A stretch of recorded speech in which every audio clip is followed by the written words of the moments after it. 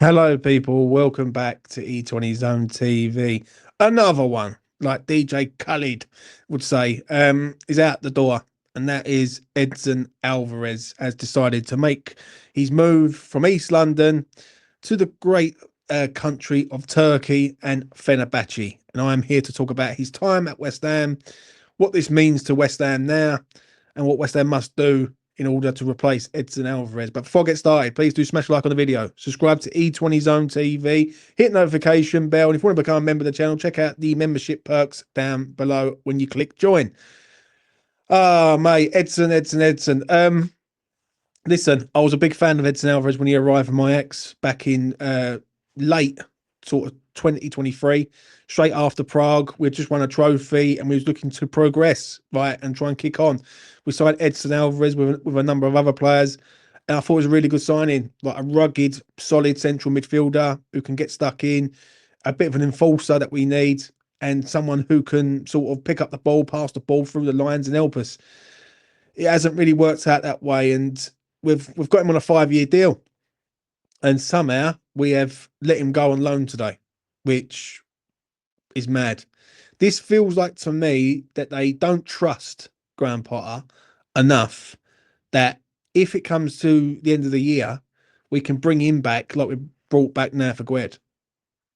This tells me all I need to know, really, in regards of this ownership of this club. He has gone on loan to Fenerbahçe, and I've got it here from Fabriziano. Edson Alvarez to Fenerbahçe, here we go. Deal done on an initial loan with a buy option clause. So they've got the option to buy him if they want to buy him at the end of the season. The midfielder will fly today for a medical test. After considering his options, key choice was Jose Mourinho, and keen to get European football also. Now, it is what it is on that.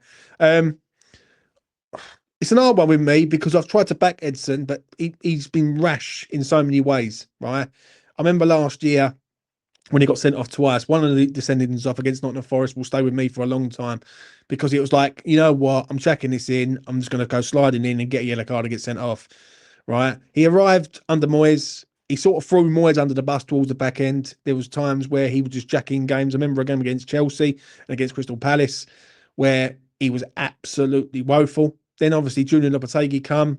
That sort of fell apart. And I just don't think Edson fits the Premier League in what we're trying to do. Do you know what I mean? When he pace in there and he lacks pace for all the things that he's good at, like getting stuck in, tackling, winning the ball back, geeing the fans up, things like that. He does not have any pace, does not even have any forward thinking. He ain't going to break between the lines. He's just not that player for me, if I'm being honest. West Ham need to act, and I'm seeing link after link after link to players. I don't understand why we're not securing players. Now, if Edson's out the door and Mateus Fernandes is in the door, then it's a great signing because you've upgraded from a player that is sort of on his way down, and to end up in Turkey, you've got to be on your way down to a point. And we are going to sign a player that is on the rise in Mateus Fernandes. So I'm not opposed to the move like some people. I just feel like Graham Potter needs his midfielders. He's been asking for midfielders all summer, and now we're working towards a deadline, which is about 13 days, which is pretty embarrassing from West Ham's point of view. How would I address sort of his time at West Ham? Edson Alvarez, frustrating. Frustrating is the word. I think there was a player there at the start, but I think his attitude sort of faded away when we started falling apart. When we started falling apart, they sort of jacked it in. It's a very much a similar sort of trait with Mohamed Kudus going to Spurs and now this man going to Turkey. The issue I've got with it is not selling him or not loaning him to a point, is that we can't sell players and we have to literally force them out the door with a loan, like, because no one wants them. And no one was queuing up for this geezer. Like, I heard links to Porto, Borussia Dortmund. No one was prepared to pay the 20 million because maybe the attitude problem that he's currently got, which is pretty obvious. People don't want to take that risk. They don't want a bad egg in the bunch that could cause like problems at their clubs. So now West Ham need to act. I expect West Ham to go into the market today, yeah, and secure someone. Right, nail down a bid, get a man here and get it done. Will they though? I've just got no faith in this board whatsoever. I'm seeing people going on Sky Sports saying about Potter and things like that. Come on, listen, right? This ball needs to liven up and needs to liven up fast, right? Potter can only do what he can do with the tools that he's got. He's not a miracle worker. Let's make that abundantly clear. This man's not a miracle worker, and yes, he has got to change. He has got to change his with what he has to deal with currently right now. But also the blame is well and truly on the board on this one, right? The board had all summer to get rid of Edson Alvarez, right?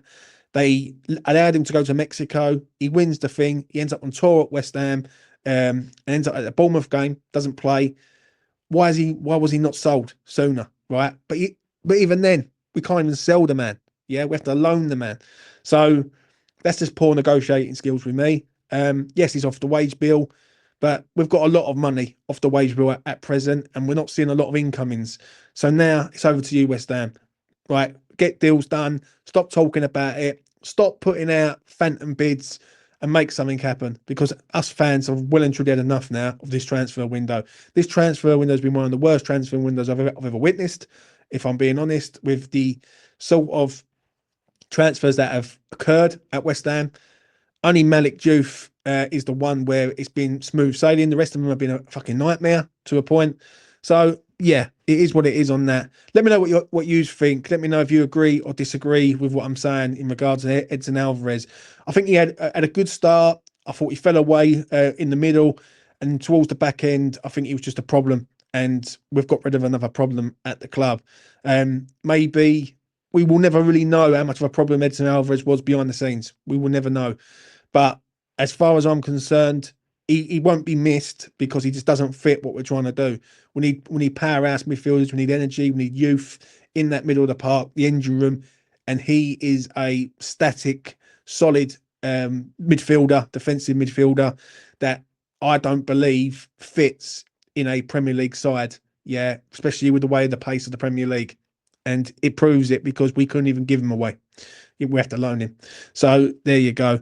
Anyway, that's enough from me. Take care of yourselves out there. Let me know what you think in the comment section below. Let me know if you agree or disagree on it. I've had a bit of a rough sort of 4 or 5 hours, and I'm starting to sort of recover from that. But the show goes on. I'll be back later on with a preview. Take care. Peace.